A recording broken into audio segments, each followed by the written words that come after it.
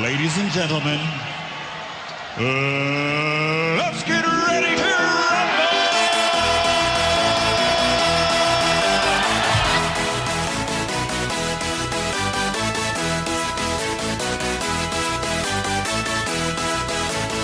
Y'all ready for this?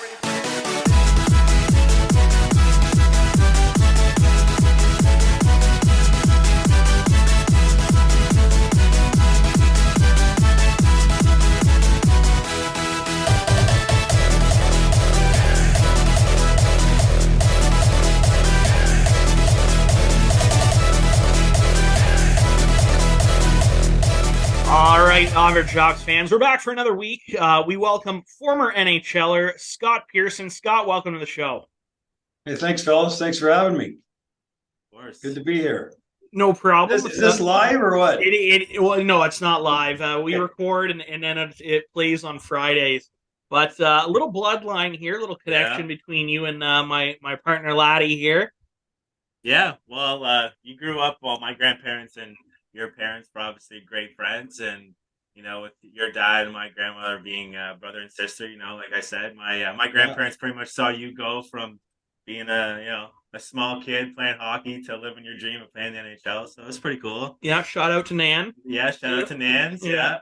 Annie Thelma. I call her Annie Thelma. That's right. Yeah, I always forget that. I gotta get that. Yeah, that's right. Yeah, that's awesome. Yeah, no, that's great. Yeah, good fond memories of your grandmother and grandfather and my parents. Their time together. They used to have a lot of great times together over the years, for sure. Because if I do remember correctly, were my grandparents there when you got drafted?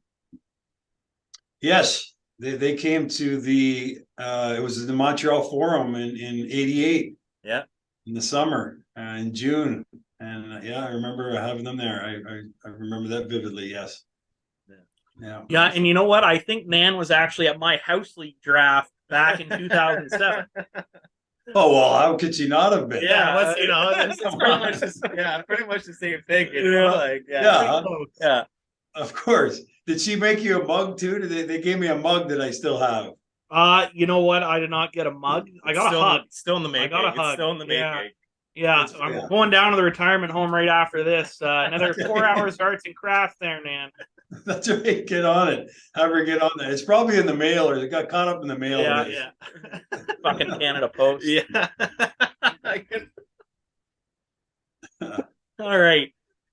Oh, God. So, I feel like it's going to be a lot of personal stories here, and we were talking to Scott right before we hit record about his sister Lori had a shrine pretty well as Scott in her basement. And I know my grandfather was friends with your dad, Gary, and my grandfather had his hockey card room, and on every wall there was a Scott Pearson photo, and we had like the Ram Built Tough Oilers poster, and then you were talking, he made one for you. I'm sure it's the exact same that he has, frame with every Scott Pearson hockey card ever made. Yeah, it was really special. I remember when, so your grandfather and my father played hockey together with the Cornwall Hubs for years, and they were really great friends. I have very fond memories of your grandfather. And the one time he gave me a huge picture with probably 25, 30 hockey cards of mine that he had gathered and put them all in a beautiful frame, and I still have it to today and cherish it. It was really nice of him to do that, and they used to come to some of the games and watch me play, and it was a lot of fun having those guys come and watch, and I enjoyed just as much going to watch them play old timers tournaments and see the joy and the camaraderie that they had together.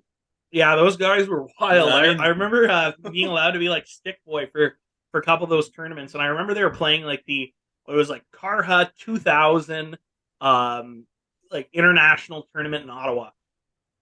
And I remember my grandfather blocked a fucking shot, and I go into the dressing room after the game, and his leg is just blue, and he's diabetic, so he bleeds easy, so just a shit ton of internal bleeding. I remember this is February maybe, and even we're going swimming in June in his pool, and his leg is still blue. Nice. And Yeah. the guys probably said, give him an ice bag and have a beer. Yeah. I'll fix it. Whatever Right? ice you can find in the beer cooler, Yeah. just put it on there. Exactly. Yeah, that would be a normal routine for them, or would have been. That's funny. I mean, that kind of segues into my first story. I think the last time I seen you was my parents were living in Lori's house on Amelia, and you came over for Christmas to come say hi to Annie Thelma, as you call her, and you had a gash on your lip. It had looked like you had gotten ice sticked in the face, and well, I've if you remember what I'm talking about, you played in the charity game. That's right. And you Yeah. took a high stick in the face, and you just told the trainer on the bench to just stitch me up. I want to go back out. Yeah, I know it was a charity game. Well, we play against we have an alumni game, we call it. So we have a program here called the Atlanta Fire. So we play a game against the young guys, the coaches do, and we put one or two young guys teams together. And I got clipped before coming home. And that's right. Your mom, Susie, who I call her, and Joelle were renting my sister Lori and Dave's home, and that's right. We used to go and visit them for a few years when your grandmother was living there as well. So yeah, just stitch me up and get me back out there, and then I had to fly home, I think, the next day. So was this one of your players then that you were playing that high stick you? Yes. So right. Just follow up question. How bad does his ice time then go post ice stick? Well, like healthy scratch?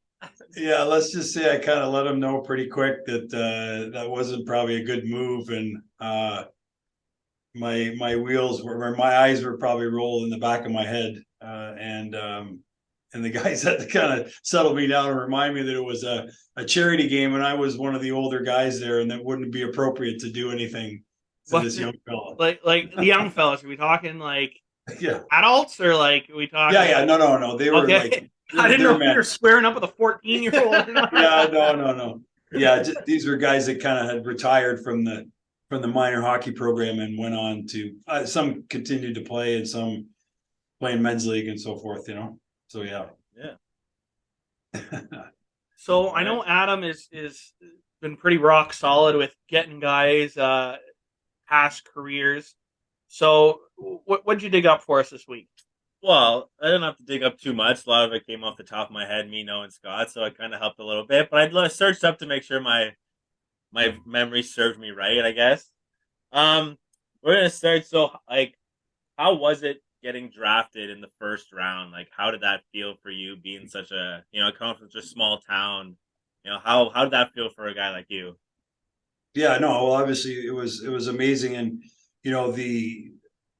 there was no internet, there was none of that kind of stuff. So the publicity and the hoopla was nothing as it is today, because obviously there's so much out there where you can understand where you might be picked, and who you might be picked by, in everyday world, where you can see it kind of in every electron, every phone you look at, every computer you look on, you're seeing what's going on. So and I knew kind of going in, because I just played my second year in Kingston in juniors with the Canadiens, and I knew that I was ranked high, and I had been visiting a few different teams over the time where they want to visit with guys and bring into their cities, and I got to visit it was New York and LA, and obviously Toronto, amongst a few others, and what a thrill, and obviously having the draft be in Montreal at the Forum, which was an iconic building, original six. I had the privilege of watching my first hockey game there. With my dad, took me there to watch his idol, Gordie Howe, Hartford against Montreal Canadiens, and here I am, an 18-year-old getting drafted to Toronto Maple Leafs, which is probably the most iconic team in hockey. Whoa, let's settle Canada. Yeah. Okay, obviously you're not a big fan then, Joel. I'm a Montreal fan through and through. Okay. That's all right. I won't hold it against you. I've had some play for them and coach them, so it's all good. And so when you were growing up, like, did you travel like to play like higher caliber hockey, or was there that kind of caliber hockey in Cornwall for you to kind of go into that field to, like you said, to kind of move on and play? Like you said, you played juniors in Kingston. Was that like the first time you had to leave town to kind of play higher caliber, or was there hockey a little bit closer? Yeah, no, I mean, I thought we played in the Ottawa League back then, and I think obviously they still have those same kind of leagues, maybe just a little differently, the way the zones are and so forth. I think as far as today goes, because there's AAA. Back then there was only AA. That was the sort of highest level, and we played at the highest level in the Ottawa region, and always had great competition. I thought that pretty much all the teams we played growing up, when I was part of it was called the Cornwall Royals, because that was the junior team back then, and we played under with their logos on, and played some great hockey against some great teams. Had some great guys that I would have played against guys like Luke Richardson and some different guys, Mike Dajna, that some guys that didn't maybe all play NHL, but had some good careers after minor hockey. And I had some great teammates along the way. Just fond memories of my time with guys that I was fortunate to grow up with and play with. And then when I was 15, I was drafted as an underage to the Kingston Canadians at the time. No. I mean, hey, I got drafted every year in the house league, so Yeah. it's nothing like getting drafted. Hey, Underage. I mean, your stepdad Joel was coach, Yeah, so I mean, if you didn't get drafted, Yeah. I'd be a little concerned. So I know, just reading and kind of chatting with Adam a little bit before, there was a bit of controversy, right, at the draft. Like it sounded like LA was going to pick you, but then Toronto took you. Like, did you have kind of a tell beforehand of like, I think I'm going LA, or I think I'm going here? Did you have a hope of who you would go to, or were you just like, just call my name, I don't care where I'm going? Well, I was actually a Philadelphia Flyers fan growing up, but to be honest, I can't remember which pick they had, but it wasn't a high pick, definitely. And yeah, so one of the teams I had visited, I went to LA that summer with I think Dennis Vial was there, and Mark Major, a couple other guys that were possibly going to be drafted, and we met with Rogi Vachon, who was the GM at the time, and then Robbie Fatorik, who was the coach. And I thought the interview went really well, and I thought, you know what, they were in that range where I was picked or scheduled to be picked. Yeah. So I kind of thought I was going to go to them, and then it so happens that at the draft, Toronto had the 6th pick, and LA had the 7th pick, and I found out later that LA had my name on their jersey, so that they were actually going to pick me.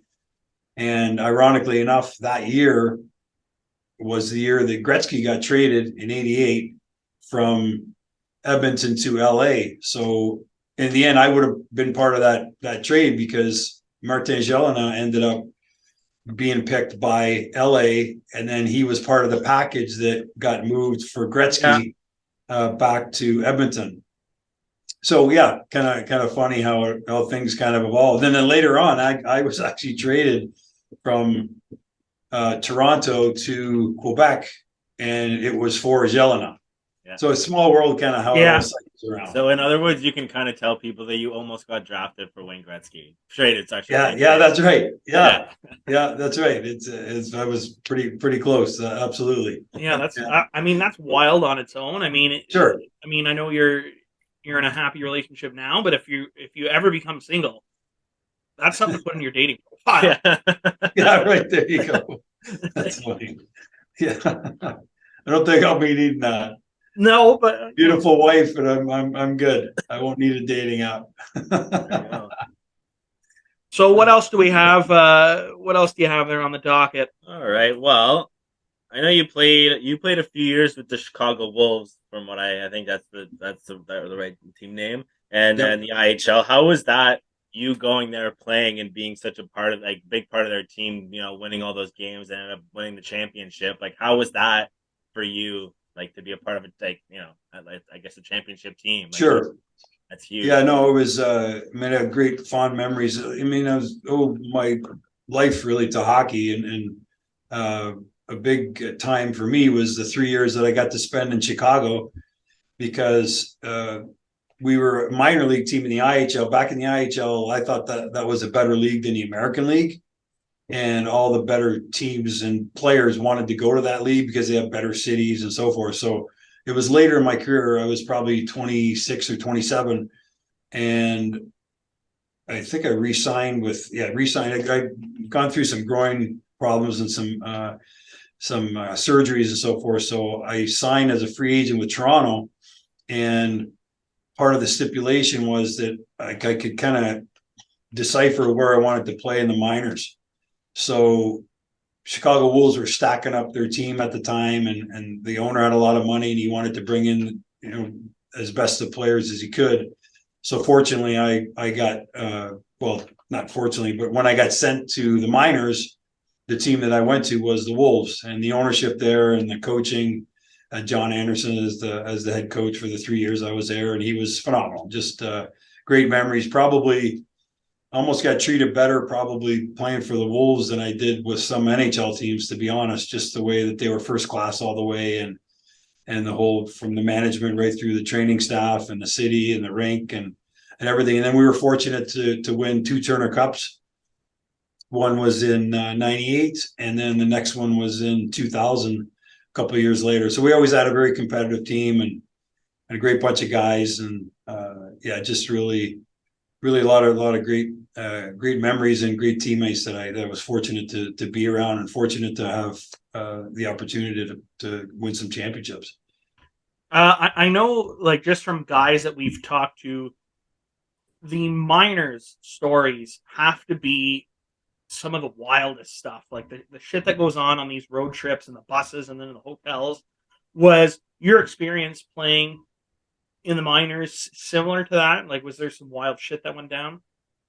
Well, I mean, there's wild shit going on probably more so back then for sure, because they didn't have camera phones and video and all that kind of stuff. So and you weren't kind of scrutinized probably near as much as the poor guys are scrutinized today because of all the media that surrounds them. But and being with Chicago, we were kind of treated like an NHL team, to be honest, where we were treated like first class everywhere we went. We'd fly, we'd obviously bus where we needed to as well. But I mean, we had obviously had some fun stories as well, like off the ice and things that I enjoyed my teammates and had some good laughs and good memories as far as that goes as well. 100%. Is there anybody that you're like, this guy's fucking wild, like just surprised you with just how next level he was? Well, there was some guys that like you knew that they were in the minors probably because they couldn't keep things straight and narrow playing in the NHL, and they were a little bit on the loose cannon end. And I had a couple of guys. Chris LaPuma comes to mind as one guy. Just he was a fighter, and he was a tough guy that would party just as hard as he fought and as hard as he played, kind of thing. And I got some good funny memories with him in the minors anyways. And then I pretty much only played those 3 years in Chicago. And then other time St. John's, Newfoundland, I was in the minors, Halifax for a little bit as well with Quebec, and then Toronto also. But yeah, I mean, I was just a young guy back then, just kind of learning from the old guys and trying to keep my act clean and make sure I wasn't doing anything off the ice that would affect my opportunity on the ice, basically. Do you feel like the pressure, or I guess pressure is the right word, is, I guess, to keep your nose clean and to really like lay low was lower back then? Like, did it really, were you guys ever worried when you're doing something like, hey, this is going to end up in the paper? Yeah, well, especially in Toronto, right? Because you get media everywhere, and there's people watching you, and if something went wrong, somebody'd be telling on you, and it would get around up to the management. So 100%, Toronto was probably the most scrutinized team that I ever played on, even back then. I can't imagine playing in a market like that today, just because everything would be, is dissected, as you guys know, with following hockey as you guys do. So like, I mean, you have your son Chase, who was drafted by Detroit, and is kind of going through what you went through. Yeah. Like, talking to him, is there even any comparables that you can give him and being like, I remember that happening to me, just because of the big change in like era of the media? I mean, well, I tell him to just watch what you put out there on Instagram or on whatever, TikTok or whatever, or Twitter, whatever he's doing, kind of thing. You know what I mean? And he's a smart kid, so he's not doing anything that's going to inhibit his image, basically, kind of thing. You know what I mean? Mm-hmm. But yeah, you gotta watch yourself, especially today. There's a lot of things that can be viewed as not good, and in the long run can hurt your career. Yeah, absolutely. Yeah, well, he was nice enough to send me a message on my wedding day, so I appreciated that from Chase. It was nice of him to do that. Didn't have to do it, but actually, your nephew, Kenton. So Debbie's nephew. That's right. Yeah, he cut the hair for all my groomsmen, and he was at my wedding as well. I'm actually still I'm still good friends with Kenton, actually. Yeah.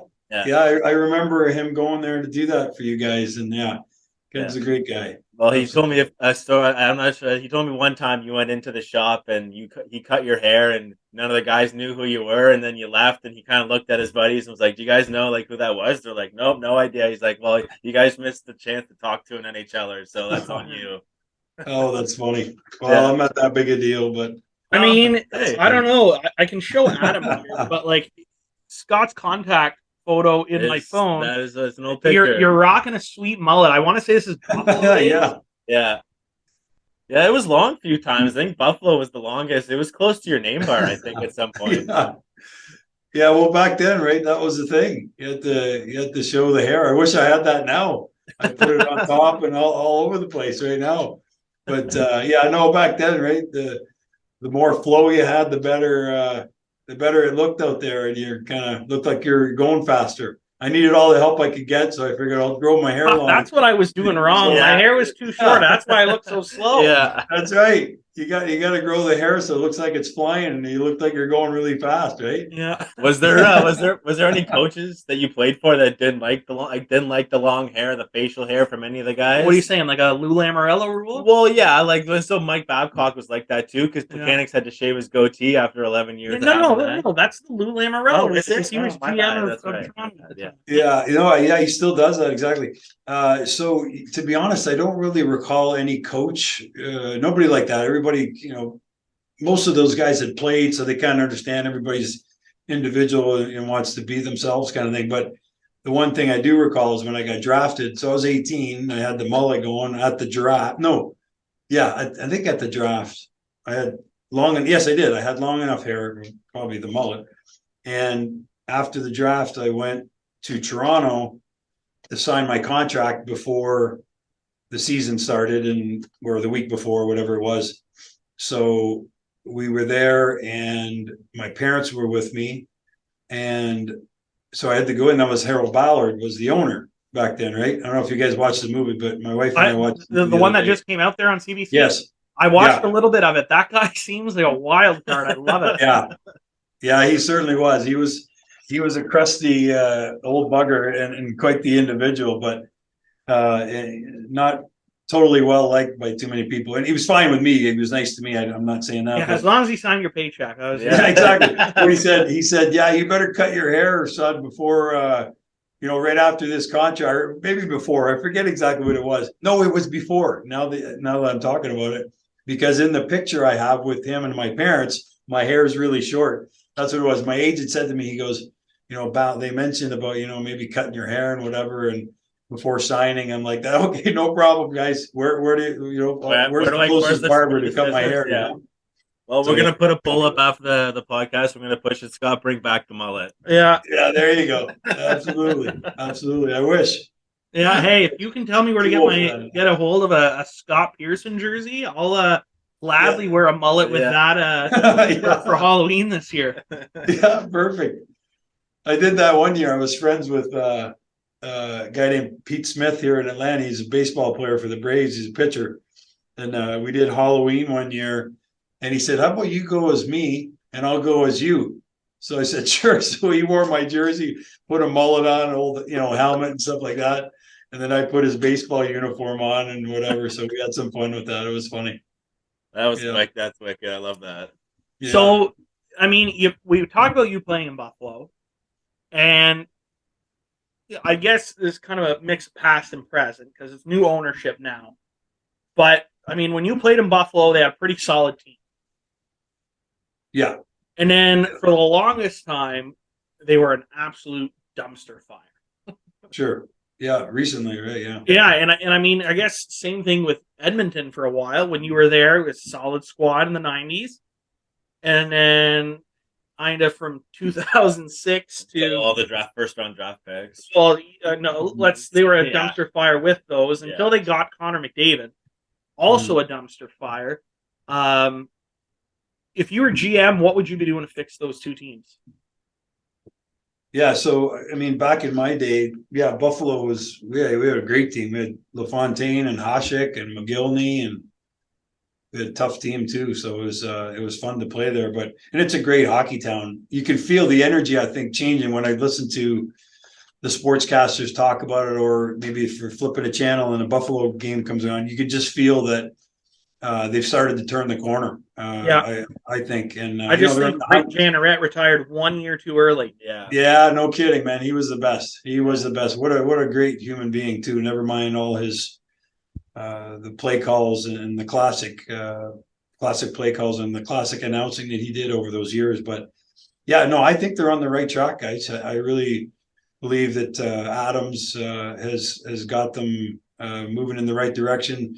Obviously, all those young guys are starting to play well together and get some chemistry.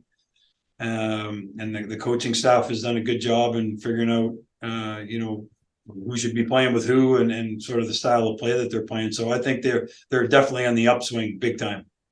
Watch out for them in years to come. Yeah, no, they're probably. I mean, I'm a Montreal fan, so obviously Sure. my heart lies with them. But I think Buffalo's been one of the most exciting teams I've watched. Like anytime Buffalo's playing and Montreal isn't, I'm Sure. like, I want to tune into that game. Just, I mean, Tage Thompson, Alex Tuck, Peyton Krebs, Dylan Cousins, Rasmus Dahlin, Owen Power, and then the ageless wonder that is Craig Anderson. Yes. And those wicked jerseys they brought back. I love the Saberhead. Are you a fan? I mean, you played when it was the blue and yellow. Are you a fan of the red and black? Yeah. So actually, the season, my last year in Buffalo, forget the exact timing, but I remember being on the ice when I think it was after that, the one season I was there, where they had the new jerseys, the black ones, which they wear kind of now as like some of them for the third jerseys, I think. Yeah. They may have a fourth actually, but so we came out on the ice. It was the old odd and Buffalo odd, and then we had those new jerseys on. I loved the logo. I thought the Buffalo head is great. I think those new uniforms are excellent. Really sharp. Really sharp. Perfect. That's what I like to hear. Well, we've got asked. We had Jeremy Roenick on, Sure. and he remembers the hit that you laid on him. Do you remember the hit that you hit him with? Yeah. No, I do. I remember. Well, we were both young back then because he was picked a couple after me, I think. But yeah, no, absolutely. Yeah, it was in Toronto, I think, and just happened to. My part of my game was being a power forward and trying to hit guys and finish my checks and hit and fight and score the odd goal if I could, kind of thing. So whenever I had a guy lined up, I tried to make sure I skated right through him and finished him hard. I mean, So, he definitely unfortunately- skated right through him. Like, he Yeah, looked yeah. like he looked like the Roadrunner in the ice after you hit him. He just kind of disappeared. Was there any John from JR after that? No, because I remember he had the smelling salts out. So yeah, I don't think he was talking too much. No. Yeah. Right. My wife, when I saw him, a little while ago too, last year sometime, I had a few drinks with him. That's a pretty wicked thing to be able to say. Yeah, We were I in mean, Vegas. Yeah. yeah. With his, did he give you any of his whiskey? No, Nah. no, we just had a couple of beers. Well, no, there's probably some vodkas in there. There's a place my wife brought her, said we should go, and he was hanging out there, and we were texting, and he said let's hook up. So it was fun. Keep your head up. Yeah. Yeah, right. Yeah, no, Yeah. we had some good laughs for sure. Yeah, that's good. When you played, you obviously played with a few big names, you know, like when you got drafted to Toronto, you know, Gilmore was there, Sundin was there and stuff like that. Who was your favorite player to play with? And also, who was your person, like the person you walk into the dressing room and see him and just be like, oh, fuck, this guy's still here? Yeah. Well, I mean, I got to play with some pretty legendary players over time. When I started in Toronto, they had Salming was there, and Wendell Clark. I actually lived with Wendell my part of the 1 year I was there. Eddie Olchuk was there, and then went to Quebec, and then Sundin was there, and Guy Lafleur. So I would say Guy was probably the biggest name I played with, and I actually was fortunate enough to play on a line with those two guys. Guy was my stallmate when I was in Quebec, so that was quite an honor, and what a great guy. So just a question. Sure. I met Guy a few years back. Mhm. And I can still, when I think about it, I have like this sensory memory of just cigarettes and liquor. Yeah, no, he liked to smoke. Absolutely. In between periods, he'd go in the back and in the back stall where the washrooms are, and he'd have a couple of butts, and he was legendary. And then we'd go on road trips, and he nice climbing. He's the first guy by the pool having a cocktail and a cigarette. And you know, back then it was different, and he was 15 years older than me probably at the time, even more probably, you know. So it was funny to watch him because he was definitely from another era, obviously, right? Yeah. And but he just treated the guys like they were family, and great leader, great example, absolutely. But yeah, no, Adam, getting back to your question, I mean, again, I got to play with some really amazing guys over the years. You go to team, and I can bang off a number of guys that I really respected and was kind of like, wow, what a treat, and even more fun now looking back to see some of these guys are Hall of Famers, some of these guys are still coaching right now, and you know, things like that. So, but the guys I didn't like, you know, and honestly, I'm a pretty easygoing guy. I liked all my teammates. Obviously, you like some more than others, but at the same time, they're your teammates, and you got to treat them that way. If you want to create a winning culture, you got to be a good teammate to them, and if they're not, then you try to bring them along where they become better teammates, so that you can make for a good atmosphere for your team to be successful. That's a leadership. That's a great answer. Yeah, answered the question, but then didn't throw anybody under the bus. I like that. No, yeah, I never would. Yeah, no. Call me after the show. yeah. Once we stop recording, we'll yeah, right. Yeah, there's just few guys. Same now. thing. They'll go off on a story, and then I'll get a text after the interview. Can you edit that segment out? Yeah, I can do that for you. Yeah, well, exactly, right, and that's. You gotta be careful what you say sometimes, or what you wish. Both. Well, not just that, and like you said, your group is still, you know, coaching or front office or working some capacity in hockey. Definitely. And I mean, I was surprised in our interview with JR that he was just like, "Fuck this guy, fuck that guy, fuck this guy." Yeah, this guy. Oh yeah, okay. Yeah. That's funny. I mean, that's JR through and through, which is common, because that's what That's what you want when you're talking, shooting the shit. Is you want your unfiltered stuff. You want the guys that are Yeah. willing to go off. But Yeah. like you said, like being part of a team is you win as a team, you lose a team. Everybody has their role to play, and That's some right. need a little more guidance than others. That's why I'm here with Adam. Yeah. Exactly. Gonna be and, his you know- brother. Yeah. Right. So, Yeah. is there anything else his career wise, or do we hop into the current? Yeah, just the one thing. I know one of your last years kind of playing professional hockey. You played a year in 1 year in Europe, if I'm correct. Yes. How was that transitioning from playing? And you said like you played those years with the Wolves, because I'm pretty sure like you won the championship with the Wolves, and then I'm not sure if you played a little bit more, then went to Europe. I can't remember, but like how was that transition from Canadian, like so-called Canadian American hockey to European hockey? Because now, European hockey is just as good as Canadian. You know what I mean? Like, there's not much difference anymore. Like, what was the difference there back when you were playing? Yeah. So after my last year in Chicago, we won the cup in 2000, and then that summer, was talking to my agent and had some different options, and one of them was going to Europe. And I figured, you know what, I'm probably at that point in my career where maybe I can go over there and make a name for myself and just see kind of how it goes and what that environment's like. So basically, I got a job in Germany in a small town called Essen. We were the Essen Mosquitoes was the name of the team. So they give you a vehicle, you drive around the vehicle with the big logo. It was like a mosquito was the logo on Who the the side. fuck ran that marketing? Yeah, you know what? Speaks hockey. Let's try to sell hockey to Germans. Mosquitoes. Everybody's favorite bug, the mosquito.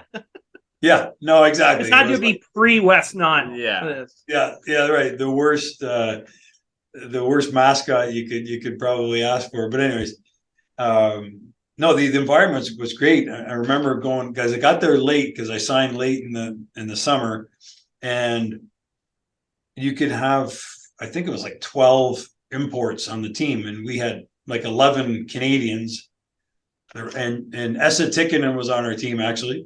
Okay. And then the rest Germans.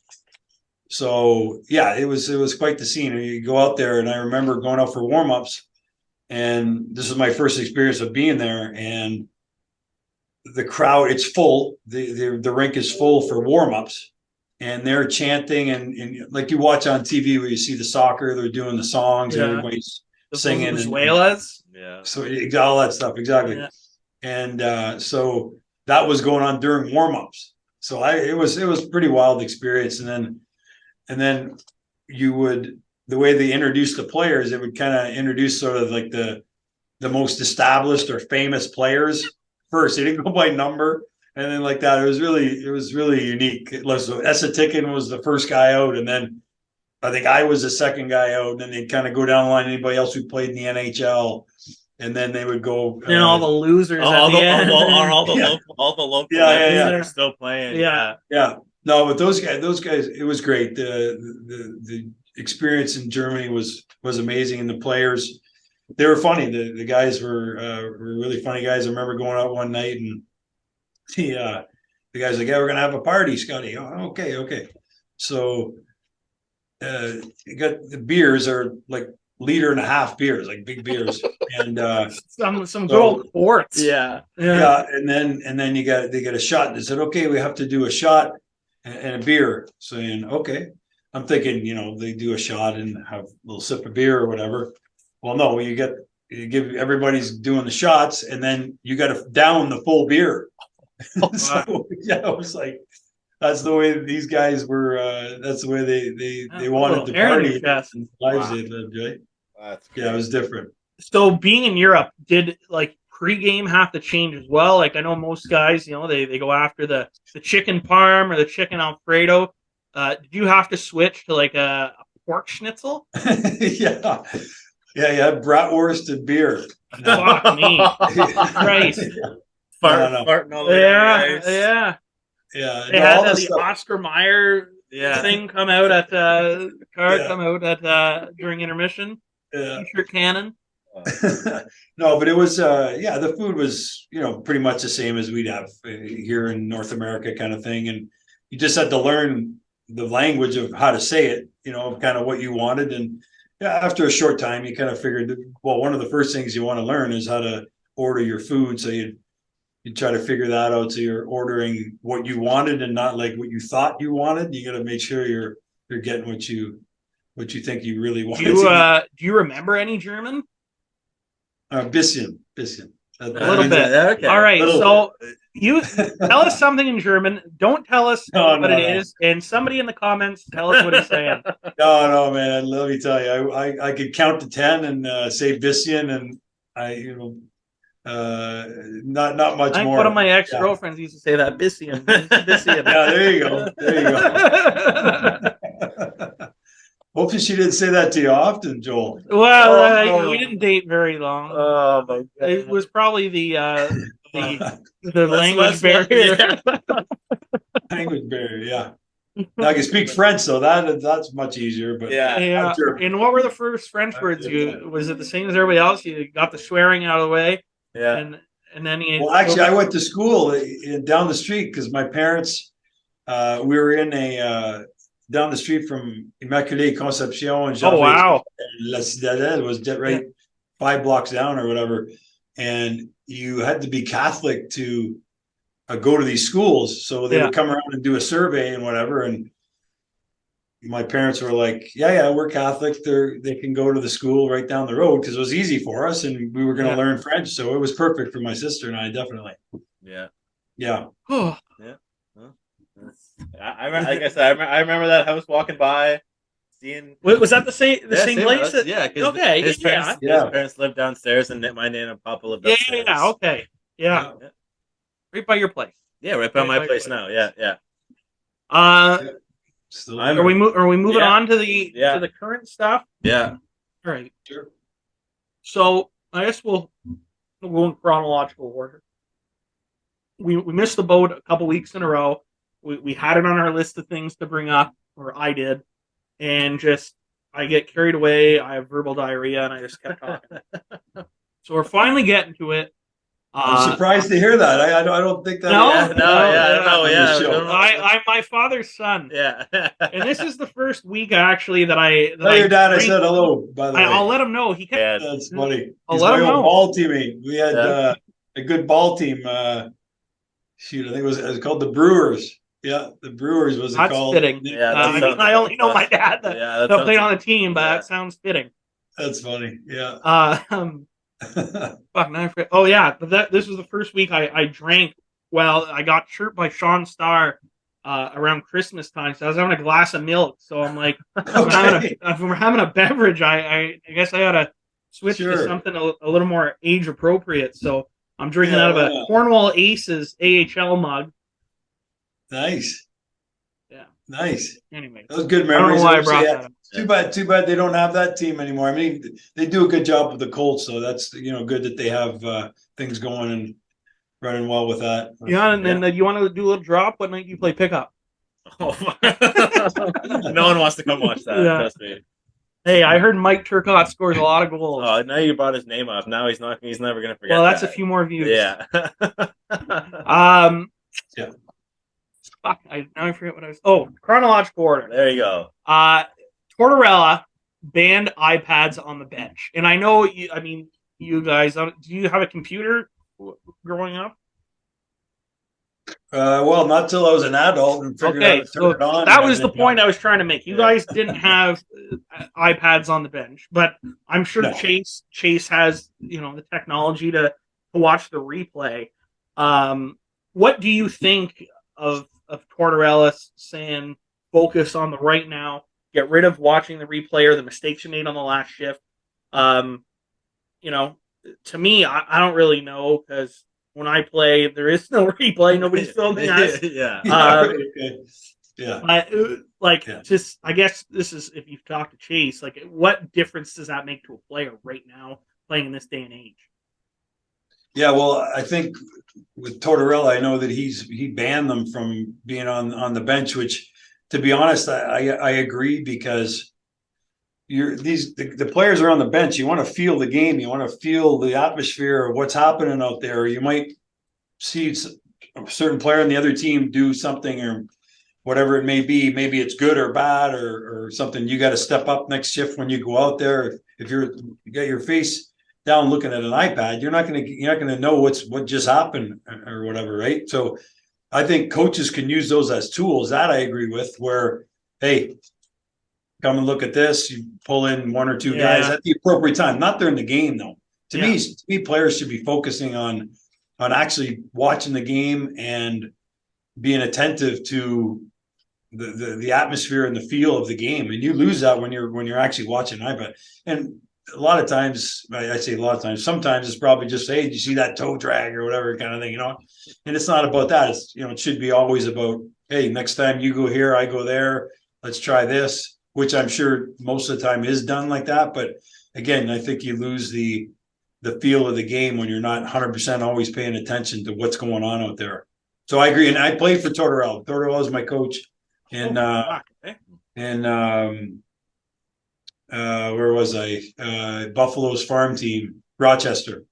Okay, yeah. Rochester. So, yeah, how Rochester. fucking wild is that guy? I mean, we haven't had anybody that's played for him. Like, was he tamer back when he was coaching? No, not really, because shortly before I got there, he almost fought our captain, and then he came back in. I was told this after, but he came back in with his dress shirt all disheveled, and he's coming back in the room trying to talk to the boys, and obviously the guys figured like something just happened, whatever, and he was having a scuffle with the captain in the video room or whatever it was.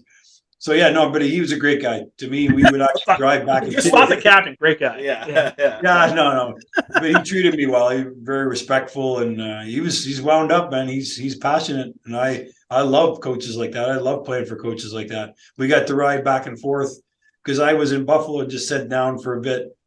And he lived in Buffalo, so we would drive back and forth to practices and sometimes games and stuff like that. So. I could not imagine one-on-one time with John Tortorella. Yeah, well, you know what? He's feisty, man. He's a competitive guy. Like he's fiery, and he wants to win, and he's never lost that passion, and that's why he's his fourth, fifth team, whatever it is. I don't even know, but. And he seems to be doing quite a good job, I think, with Philly this year. So he's doing something right, even though he's being, getting jobs and losing jobs over time. But some people like his style, obviously. Maybe it runs out after a while. Obviously, some players won't respect him or be as receptive. Listen to him or be as receptive. Exactly, yeah, to his ways, of course. So I'll ask you something that we asked JR, and he nailed it. Mm-hmm. Can you give us your best John Tortorella impression? Like I'm talking pregame, like intermission speech. Intermission. I mean, geez, I'd have to really think. We were always winning then. He didn't have to come in mad. He was happy with everybody. No. No, I mean, I can't really recall any specific times where he's coming in, but I mean, you see him on TV. You saw, was it him that almost fought? In the tunnel, it was. The tunnel. It was. Who was the coach at the time? It was Calgary, Vancouver. Was it Bill Peters at the time? No, I think it was. It was the Lutzen or no, it was. Wasn't Sutter. No, Sutter was in LA. The French coach that had. Hartley. Hartley, yeah, Bob Hartley. That's right. Yeah, it was Bob Hartley, and he was fired. He'd come in sometimes just kind of wound up, right? He'd either come in very calm and this is focused, this is what we need to do, and then other times he'd come in and he'd blow up at you and let you know that. Well, sometimes like you see him on TV when he's sharp. And short with the reporters, which that's great for a great soundbite. Yeah, if they had a video and mics in our dressing rooms, they would have caught a lot of funny stuff. So what was like? I heard a show. I was listening to a show today, NHL Network, and they were talking about that where they should mic up certain players and put a mic in the like on the ice kind of thing where you can hear in the play and the people can pay money. to listen to all that stuff. It'd I probably be great for the 100% NHL. for But that. That'd be Like great. I loved when they did like HBO did the 24/7 series. Yeah. sure. And I think the one thing or the one episode that just is etched in my brain is the speech that Bruce Boudreau gave to the Washington Capitals, and he dropped like 50 f bombs in 2 minutes. Yeah. Could edit it out. So since we're not getting a Torts impression, how many Yeah. how many f bombs or Yeah. swear words was Torts Yeah. dropping in an intermission speech? Rough, Oh, like well. rough estimate. Like, Again, it depends on how well we're doing, right? well, what's So- a good day then? Because I feel like people's Yeah. bad days are probably Jean Tortorella's good days. Yeah, true. No. He'd be dropping f bombs. Every fifth word probably. Yeah, about the same as me. Part of Yeah, it. that's okay. I mean, yeah. That's right. Yeah. That's pretty much him. Yeah. That's great. Absolutely. Well, they got to beep him out when he's doing interviews, right? As we see on. Well, especially Rangers what was that often. guy and reporter for the Rangers, Brooks? Oh, he got into it with him a couple times and I think he called him stupid one time. He's like, Yeah, I'm over the celebrity boxing. Get Tortorella and Brooksy in a fight. Yeah. No, he was fired. I remember one time it was like a brawl. I was down in the minors. I was pissed to be there. I didn't want to be there, and in this skirmish happened, and then I kind of snapped on some guy, and anyways, and my shirt came off, and I'm coming back to the bench, and I see him. He's snapping against their coach, wailing a stick against the glass. It's kind of mayhem in the minors. So it was a funny memory, but I loved it because he coached like I played, like I wanted to play, kind of thing. So that's why I enjoyed playing for him. I wasn't expecting that. Yeah. So I guess just to wrap up that question, you're against it, or for getting rid of it. You're I guess you're pro Just the coaches. Tortorella banning it, but Yeah. like, is this something that maybe you spoke with Chase or maybe some of the players, because I know you're still into coaching, like, is that something that if you told your boys like, hey, no, none of this anymore, like, would you get some kickback?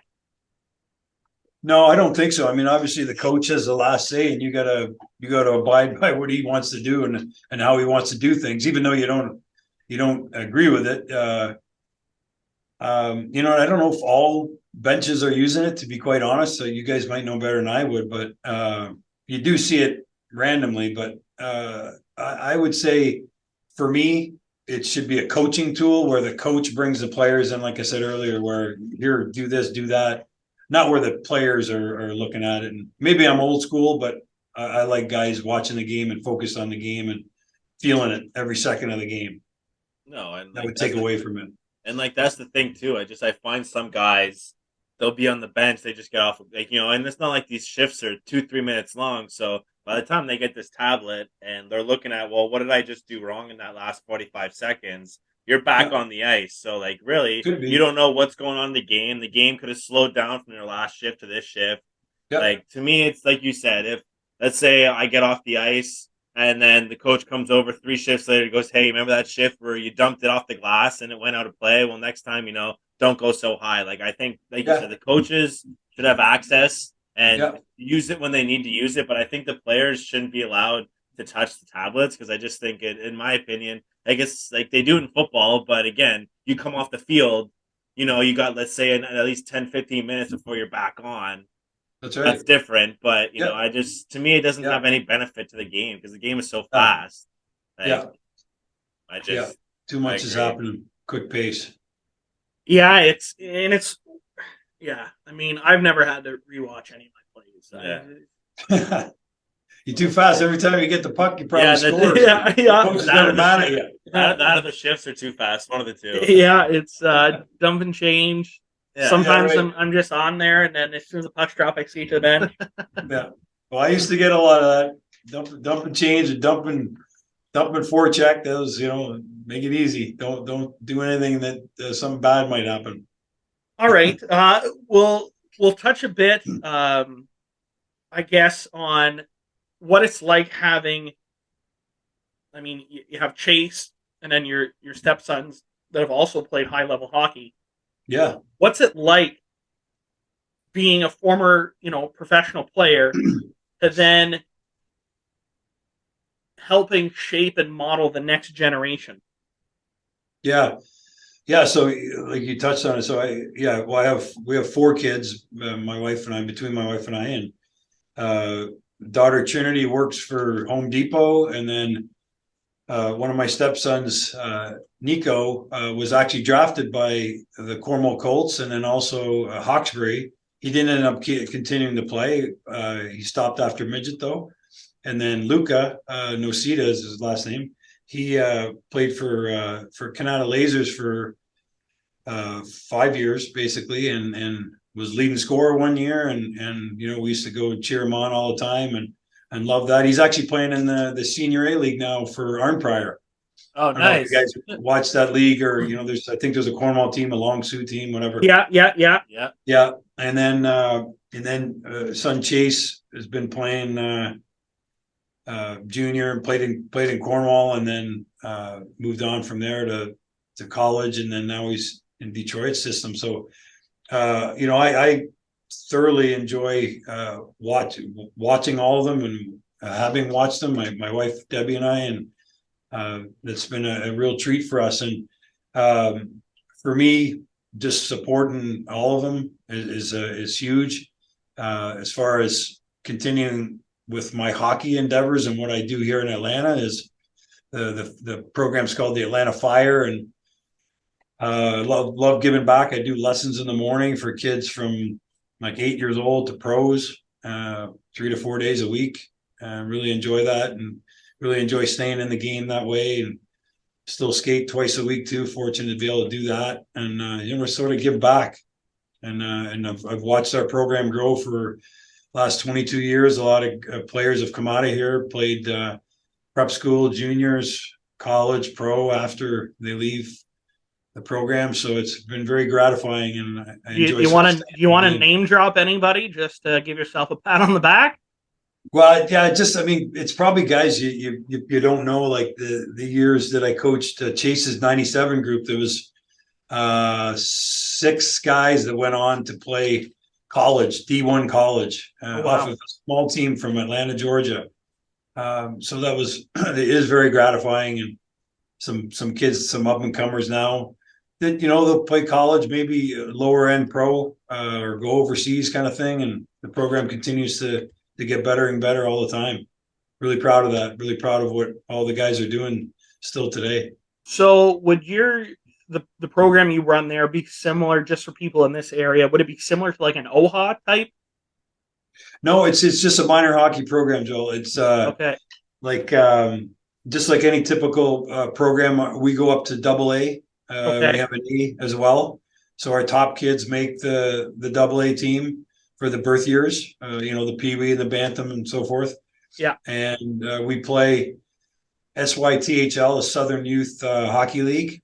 So we play Huntsville, Alabama, Nashville. There's a couple teams here in Atlanta. So we have to travel, though these kids have a lot of travel. And the higher end teams, gosh, some of the years I coached, we probably say we went on 12 trips, probably 8 of them were flights. So it's a really big commitment from the families and the players to play here. And you don't get to choose from a lot of kids either, because it's an expensive sport. And also, there's just not a big pool of players. The number one sports are football and baseball here, of course. Yeah, well, you know what? We had Andy Sutton on last week, and he couldn't speak highly enough about what the Atlanta community had for support behind the Thrashers. So yeah.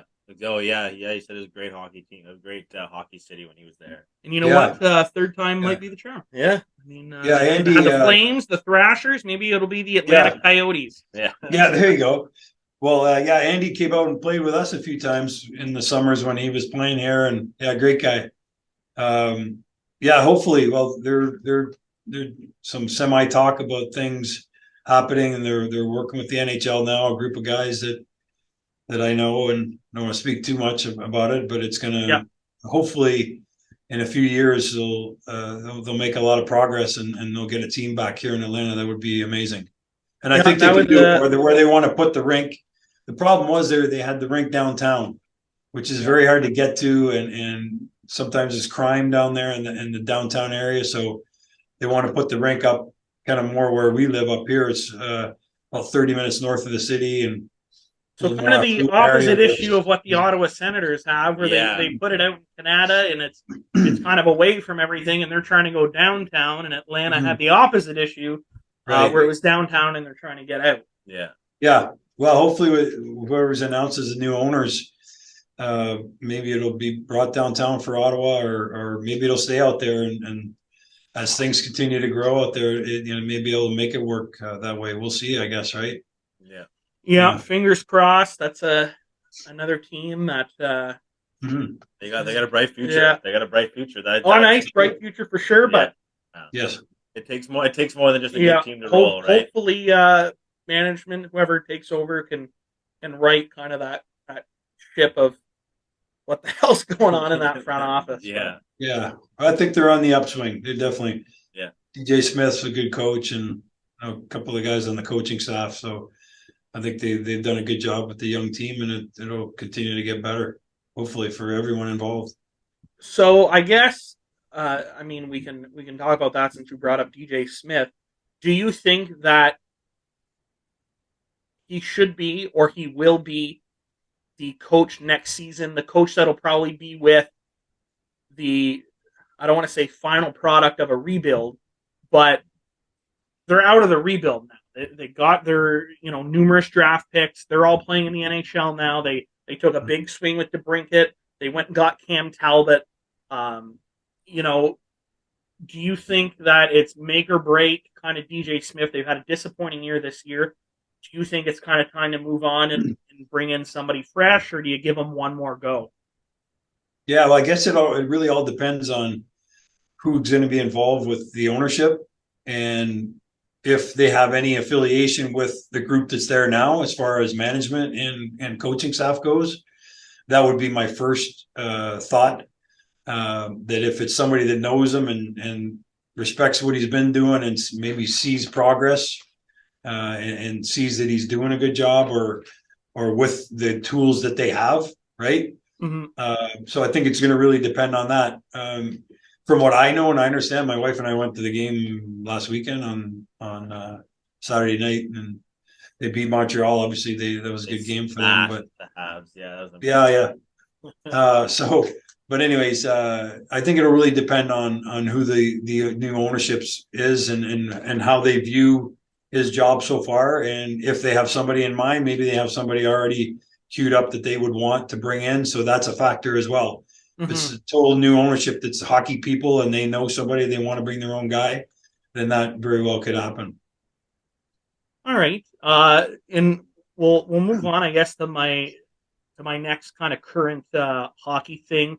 For those that don't live under a rock, you'll be aware of the kind of kerfuffle that took place in Anaheim, a couple days ago between Trevor Zegras and Troy Stecher. Are you familiar with kind of what the accusations are out there, Scott? Yeah, I actually saw a couple highlights, but probably set the table and then I can comment. So, the rumors were, and I think these kind of started circulating on Twitter, and everybody has a degree in lip reading. Oh my God, yeah. So, the comments kind of came where it looks like Zegras is pointing to the sky and, made a comment about Stetcher's father, who passed away a couple years ago. And then Stecher kind of loses his mind. You don't want to think that somebody would stoop that low. And there's a couple beat reporters that have come out and said, no, that's not the case, confirmed it's not. But nobody is all this is what was said, or this is the type of thing that was said, and not coming out and being super specific. So it almost feels, to me at least, like a bit of a cover up, because Zegras is a superstar, because he reps the NHL for the video games. He's kind of been their poster boy the last little bit for media ops, that they're going to try and protect that image. And are these beat writers being fed something complete BS to try and protect, the NHL's, face kind of right now amongst, others, McDavid, Makar, whatever, of that next gen player. Yeah, no, I mean, obviously, if as you mentioned, he's a kind of one of the up and coming faces of the NHL, so that very well could be what's happening. Where what was really said on the ice, and only the guys on the ice know, obviously, officially.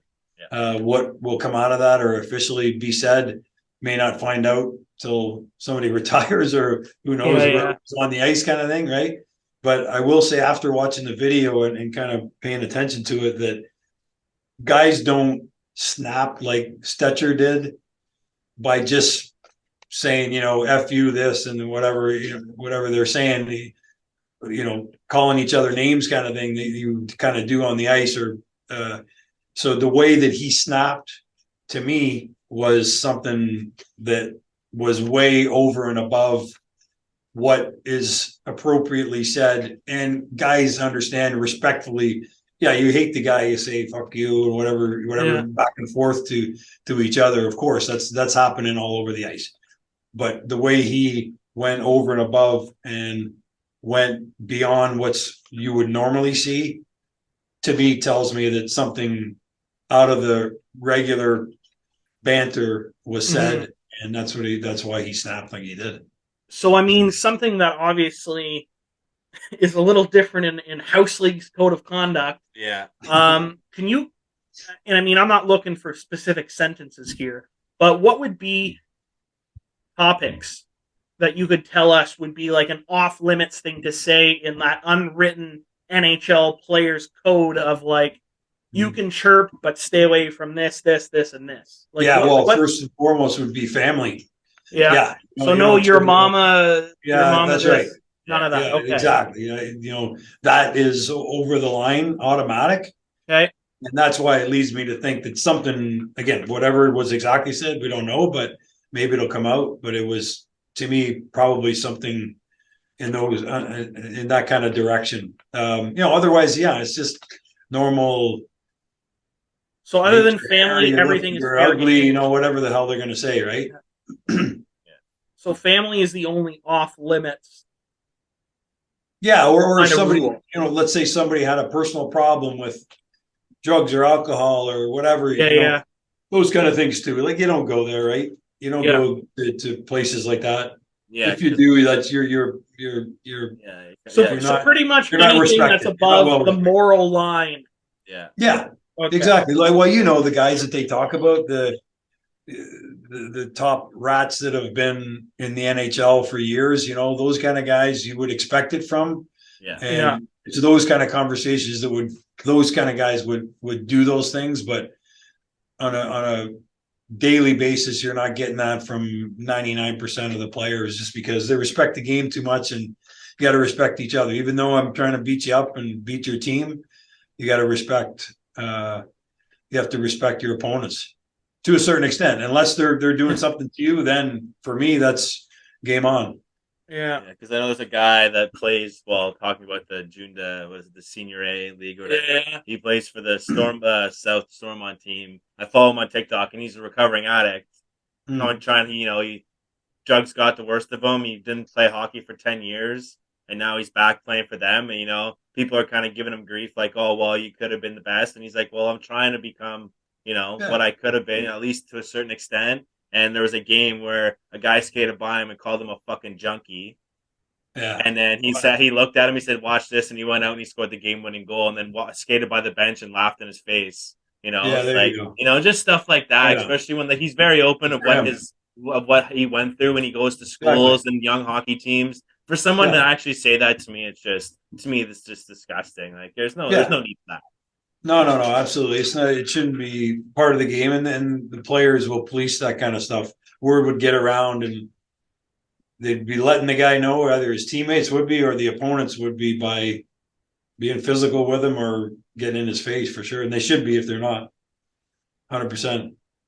Well, I mean, this is definitely one of the outside stories. I guess. I mean, it happened on the ice, but something that I'm going to be intrigued to keep my eye out to see further the next time they play. Well, I mean, Yeah. that's the other side of it. That's kind of strange is that happened in the second period, and then they come out for the third, and there's almost nothing. And to me, Yeah. Was something said or like, yeah, did the refs go to like the locker room and say, listen, like, because obviously the refs are right there as well. They heard it as well. Like, listen, like, we're keeping an eye. Anybody does this, you're gone. Yeah. Well, the other thing Like- you got to look, and I don't know what the score of the game was too. If it's a tight game, It was a tight game. I think it was Yeah, 1-1, and it went to Yeah. OT. yeah. I think So there Seager you go. scored the OT winner. There's our answer, guys. yeah. That you're not going to put your team down by going out there and being individual revengeful to another player on the other team. You're going to get penalty. You're going to put your own team down. So that'll be something that, like you guys just said, the next time they play, that's when you'll really know, if somebody's gonna, go after this guy or try to take his head off, then you'll know that it wasn't just, a small thing chirping back and forth. So, I mean, again, coming back to the hockey code of conduct, does it matter that Zegras is not a fighter, not really a hitter? He's not a big guy. He's kind of, one of the poster boys for the NHL. Does that matter in these situations? Like, does he have to answer the bell? Obviously, again, we don't know what was said, something that crossed the line, but does he have to answer the bell himself, or is this something where you're going to see, I don't even know who Anaheim's tough guys are. Let's do a throwback. Luke Gatzik, is going to fight, I don't even know who's Arizona's tough guy. I don't know. Yeah. But you know what I mean? Like Zach Kassian. Yeah. Yeah, no, I think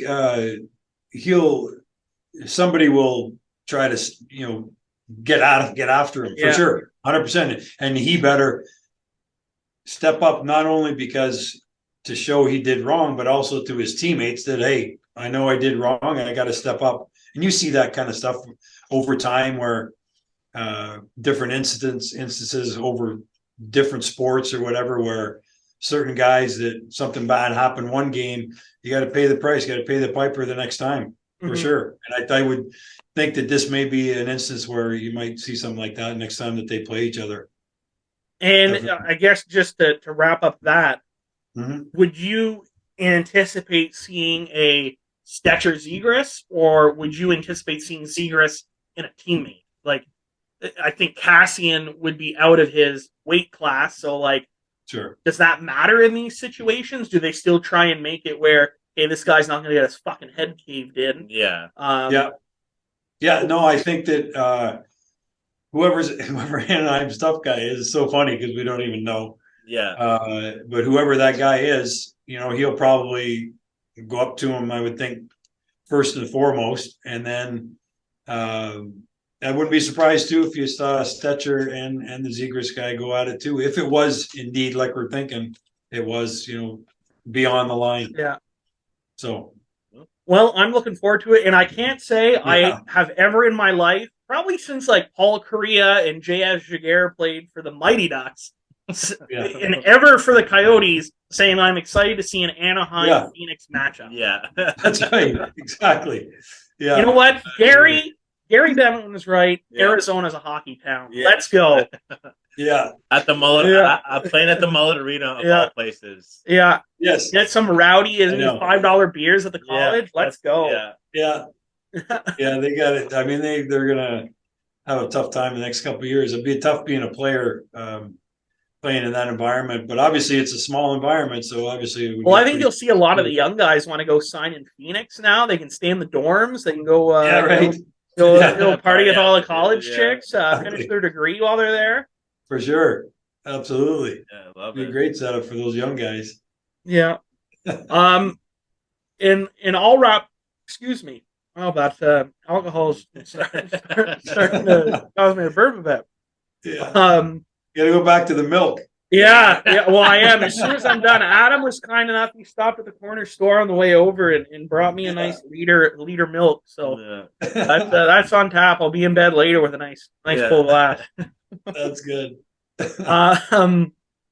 So obviously, I know when we were testing yesterday and we were talking about what topics are, I said, and if there's anything else that happens. And of course, last night, the first big name drops for a trade in Bo Horvat. And I have a couple Canucks fans on Facebook, and Bo wanted to be a Canuck for life. Bo said it in his media interview today. Want to be a Canuck for life, Canuck for life, Canuck for life. And they're all sad. How could we trade our captain? But I just want people to remember this guy was offered a contract in the summer, declined, said he could get more. Yeah. They offered him the best they could do, like mid-season between October and December. He rejected again. Yeah. You got to move on. Yeah, so obviously you knew he wanted to be a free agent. That's pretty obvious. Yeah. Especially the captain too. If you can't sign him, that's a tough thing. But I think it was an early trade, obviously. But Lamoriello, it seemed, wanted him and was okay giving up what he gave up for Horvat. So I think it's a great trade for probably both sides. My buddy Adam Foote just got the assistant coach's job there. Yeah, I was fired up about that. Loved watching Adam Foote in Colorado. Yeah. That's one of the only signed hockey cards I have. I have a Scott Pearson signed hockey card that my grandfather gave me, and I have an Adam Foote Quebec Nordique signed. I think it's like a rookie card. Nice.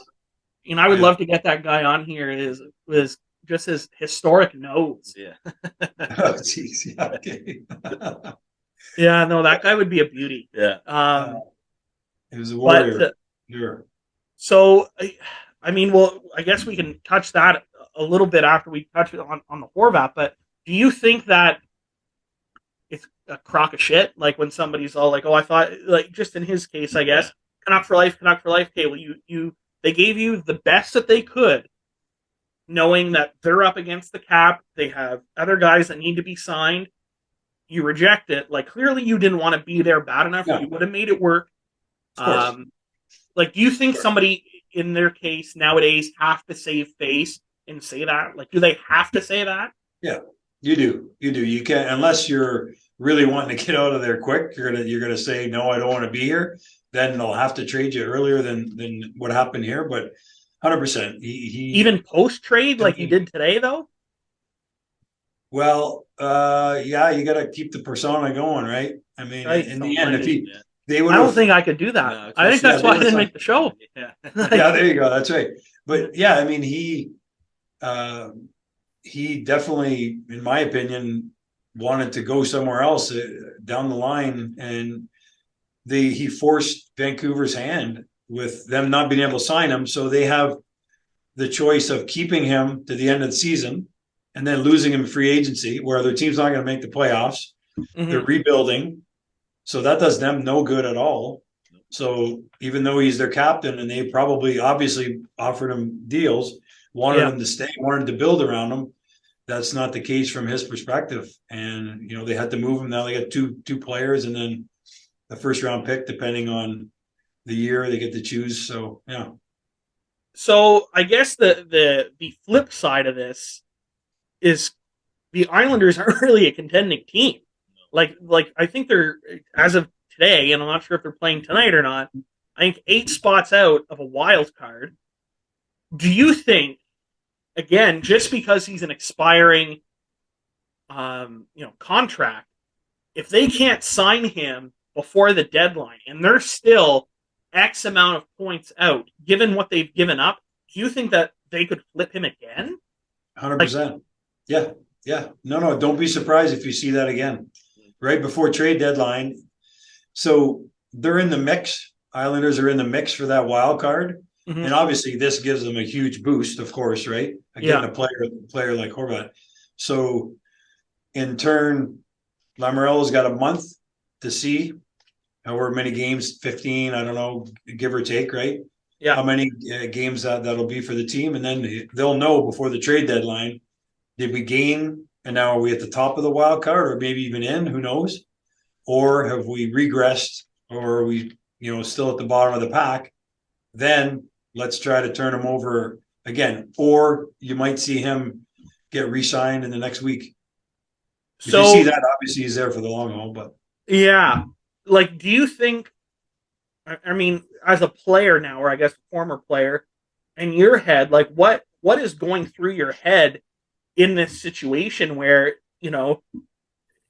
normally you see teams take a swing like this whenever they're contending or they're, I don't want to say a lock for the playoffs because anything can happen, But a team that's maybe a little more sure of their direction, like, do you think that looms on him now, or it's like, normally it's pack a couple bags this time of season. You're not relocating your family till you got another contract, but like, fuck, like, where am I going? Like, I may be here for a few weeks and then I'm gone again, and like, how does that weigh on somebody? Like, what's that thought process like? Well, I mean, he's a pro, right? It's part of your job. I've been traded a few times as well, and it's never fun leading up to the trade deadline, but it's also part of the job. It's part of the profession you chose to do. And obviously, he's a captain. He's a leader. He understands what's going on. He's been doing it for whatever 5, 6, 7 years. I think he's in the league now, so he's a veteran. He's seen this. He's seen teammates go through it. He's seen opposing players come and go to his organization. So he is well versed in the way that the trade deadline works, and he just got traded early. So, like we're saying, we'll see if they want to either re-sign him in the next week or before the deadline, or you may see him be moved again. That would not be surprising. Well, I mean, we're doing a 4-hour live show on trade deadline. I am. Yeah, he's working. I have to work, but maybe I'll take an hour lunch and give you a call from work or something. Yeah, I get you on it too. Yeah. But hopefully, for my sake, he gets traded again. It'll give me something to talk about. Sure. Because nobody wants to listen to me talk about nothing for Yeah. except for myself. You find something. Yeah. I have such a nice voice. Yeah. But you were saying that you're friends with Adam Foote, and Adam Foote, and Sergei Gonchar are going to be assistants to Rick Tocchet in Vancouver. Did you talk to him at all since being in Vancouver? Just we had to just text back and forth, a couple of texts. That was all. Obviously, he's getting adjusted and moving and the whole deal. He said to me, he goes, I've been busier than this is the busiest I've ever been since when I was playing. Yeah. So obviously getting to know his players, getting to know the coaching staff and the environment that he's now in, of course, right? And it's a big process. Like, I'm not sure this is even something you guys would talk about, but from the outside looking in and everything that's covered in the way that the Bruce Boudreau situation was handled, and then the Tanner Pearson wrist injury, and it's almost like outside it looks like there's just so much mismanagement and so much like outside noise happening. Did you get that sense at all talking to Adam that that's what it's kind of going on as well in the locker room or on the ice at practice? Like, no, these guys are pros. They've been doing it for a long enough time. They've done it as players, and especially Tocchet as a coach as well. So that's outside noise. So they've got the room now. They're like, we're one that's block out the noises of what's going on around us, no matter even what the management has done or not done or how it's perceived by the Canucks fans. Obviously, it's an unfortunate thing. It sounds like it didn't go down very smooth or very well. But these new guys had nothing to do with that. So they're coming in with, this is what we're doing. This is how we're forging ahead. And this is our team now. So I wouldn't be worried about that as a coach or a player. You just set your new standard and you go with it. So the last question I have, and again about the Canucks, their first game, Adam, Tocchet, Sergei behind the bench. They start with the Bruce. There it is, and there was some jerseys thrown on the ice. Knowing Adam, 5 minutes in the game. Yeah, 5 minutes in the game. Do you think once that happens, Adam's thinking to himself, "What the fuck did I just get myself into?" No, because they knew all those guys would have known. Like I say, it's part of the game, right? Ups and downs and the twists and turns, and this will be talked about for a little bit, but then hopefully they right the ship and get things organized and get on the track that they want the team to get on. And I foresee that happening. Obviously, they got a couple new players in the trade, so there's some adjustment there, but it's all part of it. Obviously they didn't want that to happen. That's not something they hoped happened in their first game, of course, but it did, and you just deal with it and turn the page. Tomorrow's a new day. Let's move on. You know what? And it worked out because Tockett's middle name is Bruce, so he played it Oh, off. is that right? As, That's yeah, funny. he's all like, "How do they know my middle name?" Yeah. Yeah. But Well, that's a funny, quick story. I played with, speaking of that, like that, I played with a guy named Larry Murphy in Toronto, and I was a young guy, and he was getting booed by the fans. Every time he touched the puck, boo, boo, boo. And he comes into the change room after the game and he goes, geez, he says, you know what? He goes, I didn't realize that all these fans knew that my middle name was Lou.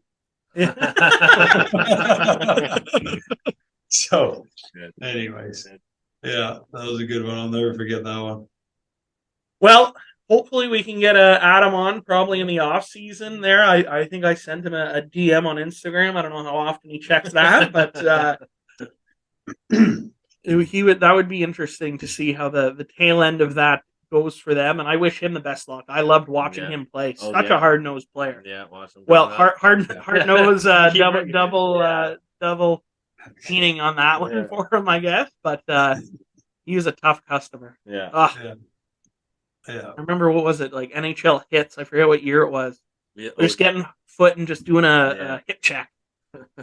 Yeah, he was a good hitter. Absolutely. So we like to wrap up the show with Adam's yay or nay. So Sure. Adam has 3 questions. I have not seen these questions, Scotty. He'll ask us. We pretty much give it a yay, a thumbs up, or a nay, a thumbs down, and a quick reason why.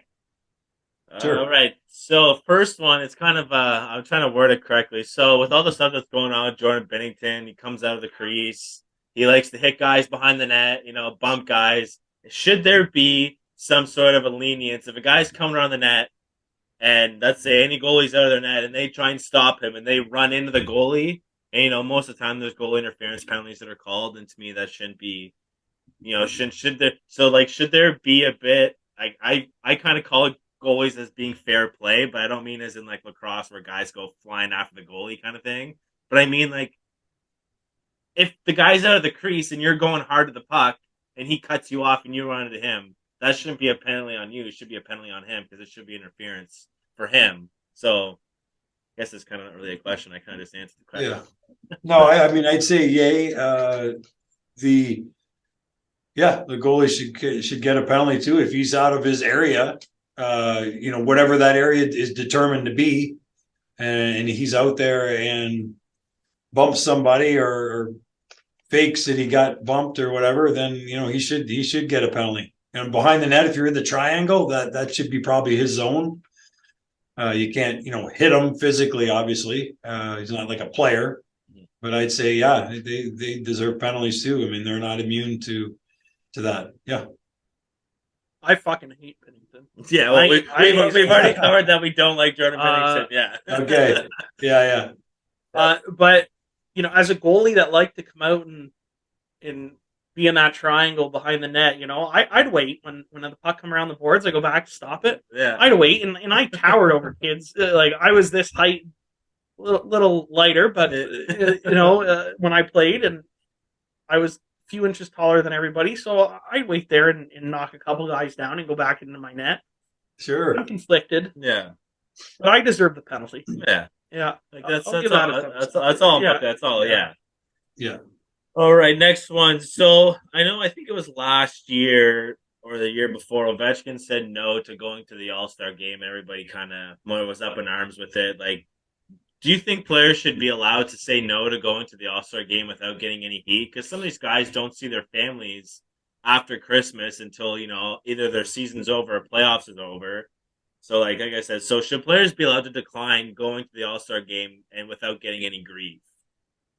No, I don't think so. I mean, these guys are all-stars for a reason, and you're promoting the game, you're publicizing the growth of the game and displaying it.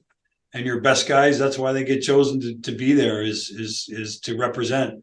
And to me, that's part of the duties of playing in the NHL. If you get chosen, 100% you should be there, and you should receive grief, and you should be some kind of penalty. I think he did get he got a fine or something. I think. Yeah. Then everybody would do it. You get a fine. I think it's like $5,000, and then you get suspended one game, which you obviously Okay. lose the money from that game. That's right. Sure. But I mean, when you got a $10 million contract, who gives a shit? Yeah. But I mean, the money does go to charity, from what I understand. So I believe so. So I mean, Yeah, it goes. I think the Players Fund. Yeah. NHL Alumni Players Fund. So that's good for us. Yeah. Spend the guys even more. Yeah. Everyone starts saying no. Yeah, Scotty's changing his vote. Yeah, no.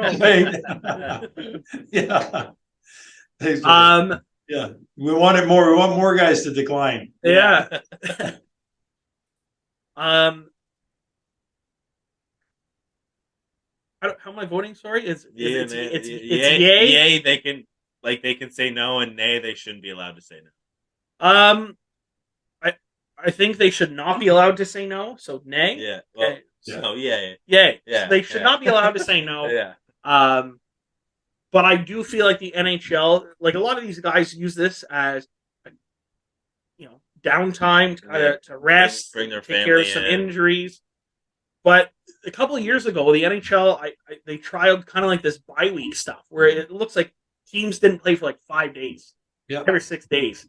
You play the Saturday and you don't play again until the next Saturday or Sunday. Yeah.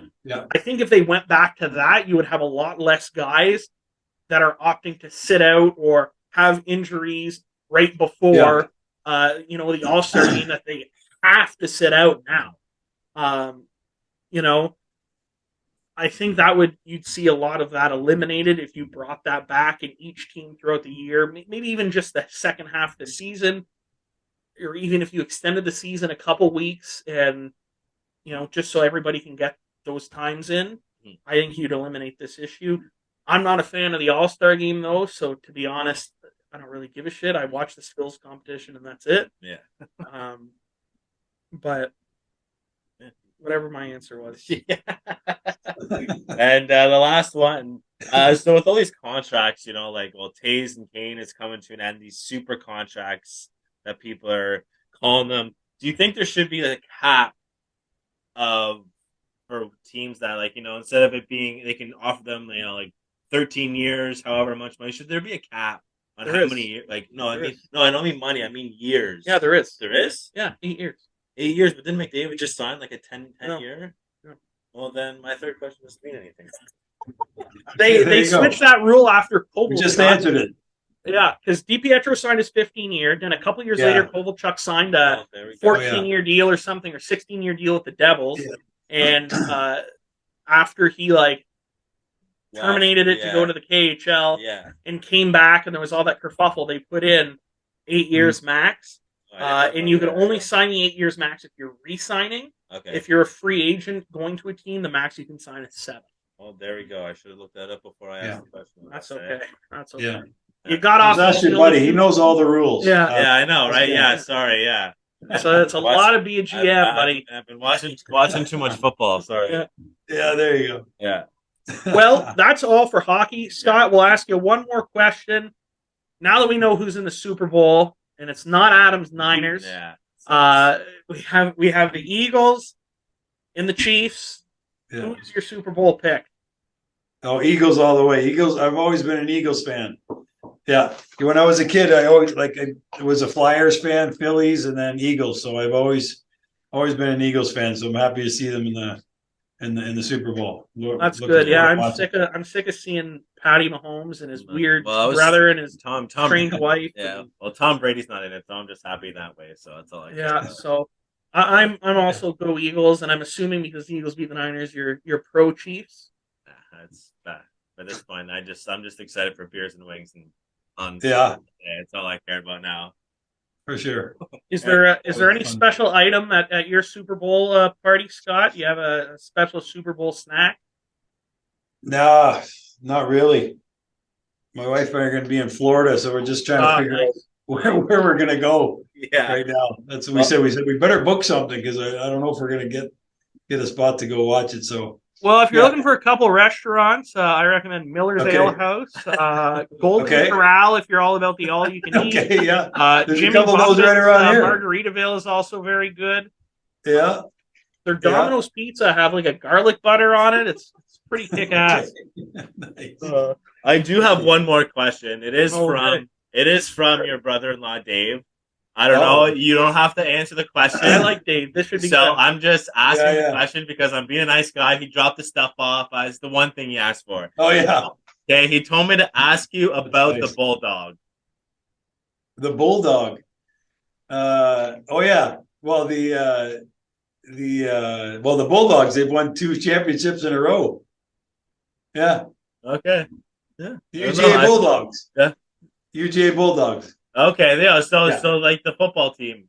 Yeah. Yeah. Okay. Yeah, I so thought they- I was worried it was gonna be something like Some weird some story. weird stuff because it came from Dave. It worried me a little bit, so that's why I wanted Yeah. to play. I wanted to Yeah, play it that- out and see. That would worry me too. Absolutely. 100% coming from Dave, that would worry me. Yeah. He's talking about the UGA Bulldogs. Yeah. Okay. Trinity, our daughter went to there for 3 years and they've won 2 back-to-back championships. Okay, that So, makes sense. I mean, yeah, Pretty they're- impressive. Yeah, they're. Yeah. You know, I was I think expecting Dave, something Dave's a fan too. That's why he okay, probably okay. that asked makes the sense. question. Okay, yeah, because Yeah. they enjoyed TCU, so. Okay. Yes. All right. Well, Scott, I thank you for coming on. We hope to have you on again soon. Don't Right forget, on. my dad said you have to go for a beer with him Yes. next time you're in Cornwall. Right So, on. Dad, you're welcome. And we hope everything works out in Atlanta, and we'll see you soon. Yeah, take care, guys. I enjoyed it. All the best to you guys with your podcast, and you guys are doing a great job, and I wish you all the best. Thanks, Scott. We really appreciate Yeah, that. thanks, Scott. Have a Take care, good one. guys. Take care. Right on.